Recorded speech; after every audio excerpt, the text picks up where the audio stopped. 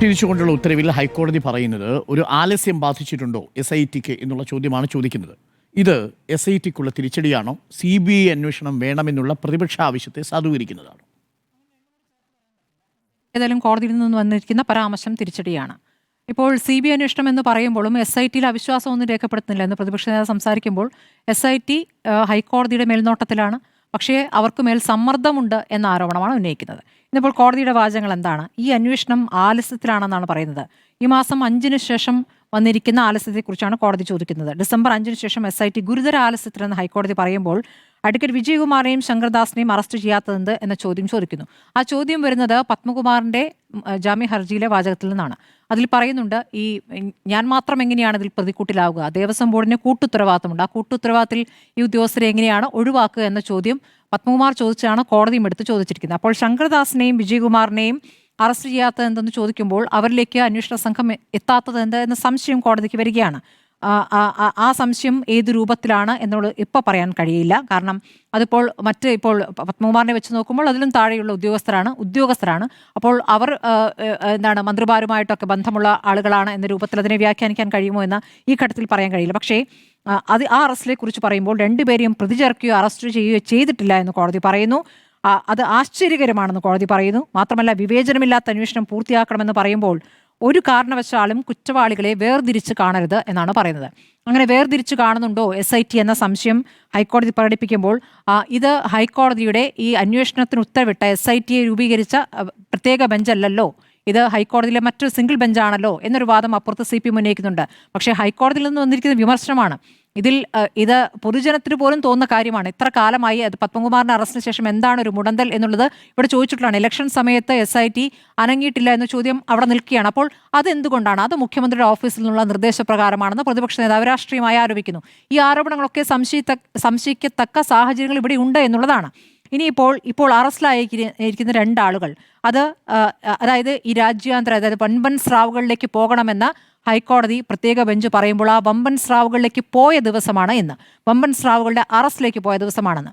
അപ്പോൾ ഈ പറയുന്ന പങ്കജ് ഭണ്ഡാരിയും ഗോവർദ്ധനും ഈ രണ്ടുപേരും 3-4 ദിവസമായി SITയുടെ കസ്റ്റഡിയിൽ ഉണ്ടായിരുന്നു എന്നാണ് ഞാൻ മനസ്സിലാക്കുന്നത്. ഇപ്പോൾ അറസ്റ്റിലേക്ക് നീങ്ങുകയും ചെയ്തിരിക്കുന്നു. അപ്പോൾ കൃത്യമായ തെളിവുകളുടെ അടിസ്ഥാനത്തിൽ തന്നെ ആയിരിക്കാം ഈ പറയുന്ന അറസ്റ്റ് ഉണ്ടായിരിക്കും. കാരണം ആദ്യം മുതൽ തന്നെ അന്വേഷണത്തെ വഴിതിരിച്ചുവിടാൻ ചെമ്പുപാളികൾ ആണ് ആദ്യം വന്നതെന്നും ഞങ്ങൾക്കിവിടെ സ്വർണം വേർതിരിച്ചെടുക്കാനുള്ള സംവിധാനമില്ല എന്ന് ആദ്യം പറയുകയും പിന്നീട് അതിന് കഴിയുന്ന ആളുകളെ ഞങ്ങളുടെ തന്നെ സ്ഥാപനത്തിലേക്ക് എത്തിക്കുകയാണെന്ന് പറയുന്നു. ഈ തരത്തിലുള്ള ന്യായീകരണമൊക്കെ നടത്തുകയും അത് വീണ്ടും ചോദ്യം ചെയ്യലിൽ സ്വർണ്ണപ്പാളിയാണ് എത്തിച്ചെന്ന് സമ്മതിക്കുകയാണ് ചെയ്യുന്നത്. ഇനി ഗോവർദ്ധനാകട്ടെ തങ്കത്തിൽ പൊതിഞ്ഞ 1 ഗ്രാം സ്വർണം വിൽക്കുന്ന സ്ഥാപനം നടത്തുന്ന ഒരു വ്യാപാരിയാണ്.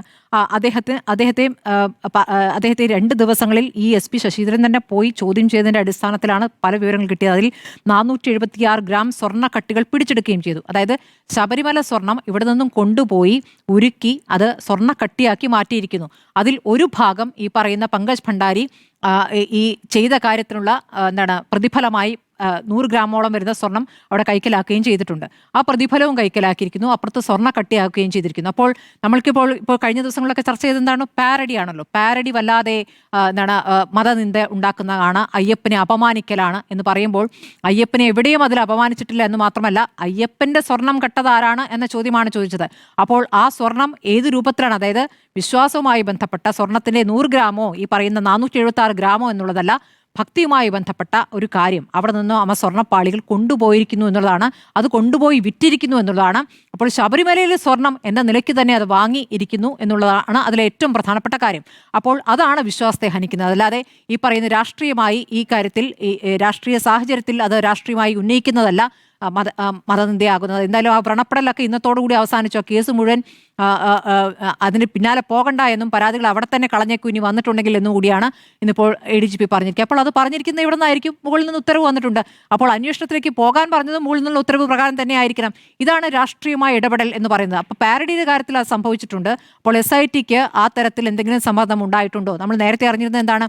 SITക്ക് പൂർണ്ണമായും രഹസ്യ സ്വഭാവത്തിലുള്ള അന്വേഷണം നടത്തിക്കൊണ്ട് അത് കോടതിയിൽ അടച്ച കവറിൽ, അത് സീൽ വെച്ച കവറിൽ സമർപ്പിക്കുന്ന വിവരങ്ങൾ, അതിൽ തന്നെ കോടതിക്ക് തോന്നുന്ന കാര്യങ്ങൾ, അതിൽ നിന്നും വായിച്ചെടുത്തതിൽ നിന്നും മനസ്സിലാക്കുന്ന കാര്യങ്ങളാണ് പുറത്തേക്ക് പറയുന്നതാണ്. നമ്മൾ ഗുരുതരമായ വിഷയങ്ങളെ നമ്മൾ ചർച്ച ചെയ്തുകൊണ്ടിരുന്നത്, കോടതി നൽകുന്ന വിവരങ്ങളാണ് നമ്മൾ ചർച്ച ചെയ്തുകൊണ്ടിരുന്നത്. അതാണ് അതിൻ്റെ ഗൗരവം പുറത്തേക്ക് എത്തിച്ചത്. കോടതി തന്നെ എത്തിച്ച വിവരങ്ങളാണ് നമ്മൾ ചർച്ച ചെയ്തിട്ടുള്ളത്. അപ്പോൾ SITയുടെ അന്വേഷണവുമായി ബന്ധപ്പെട്ട് ഇനി എങ്ങോട്ട് പോകുന്നു എന്നുള്ള ചോദ്യം പ്രധാനമായി അവിടെ നിൽക്കുന്നു.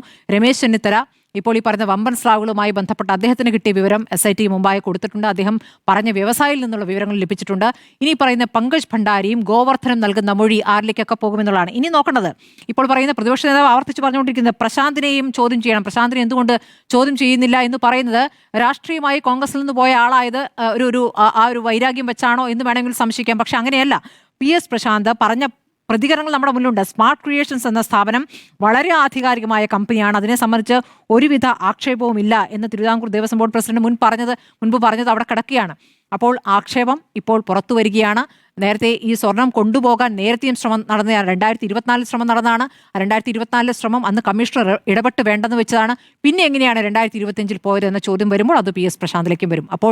ഇപ്പോൾ കോടതി ഇപ്പോൾ ഈ വിമർശനം വന്നതും ഈ അറസ്റ്റ് ഉണ്ടായതും ഒരേ ദിവസമായതുകൊണ്ട് വിമർശനത്തിന്റെ അടിസ്ഥാനത്തിലാണോ എന്ന സംശയമൊക്കെ തോന്നാം. പക്ഷേ 3-4 ദിവസമായി കസ്റ്റഡിയിലായിരുന്നു എന്നുള്ളതാണ് SITയെ സംബന്ധിച്ച് ഏറ്റവും വലിയ തിരിച്ചടിയാകുന്നത്. ഈ പറയുന്ന ദേവസ്വം ബോർഡിന്റെ ബെഞ്ച് തന്നെയാണല്ലോ ഇപ്പോൾ ഈ ED അന്വേഷണത്തിന് EDക്ക് കടലാസുകൾ വിട്ടുകൊടുക്കാൻ പറഞ്ഞിരിക്കുന്നത്. EDക്ക് രേഖകൾ കൊടുക്കാൻ പറയുമ്പോൾ EDയും സമാന്തര അന്വേഷണം നടത്തുകയാണ്. അപ്പോൾ അത് കള്ളപ്പണവുമായി ബന്ധപ്പെട്ട അന്വേഷണമായിരിക്കാം. പക്ഷേ ആ അന്വേഷണം എവിടേക്ക് എത്തുമെന്നുള്ളതും പ്രധാനമാണ്. ഏതായാലും വിശ്വാസത്തിന് മുറിവേൽക്കുന്ന വിവരങ്ങൾ തുടരെ വരികയാണ്. ഇനി ഭണ്ഡാരിയിൽ നിന്നും ഈ പറയുന്ന ഗോവർദ്ധനിൽ നിന്നും കിട്ടുന്ന വിവരങ്ങൾ നിർണായകമാണ്. SITയെ സംബന്ധിച്ച് ഇത് വലിയ തിരിച്ചടിയാണ് ഈ നിമിഷത്തിൽ.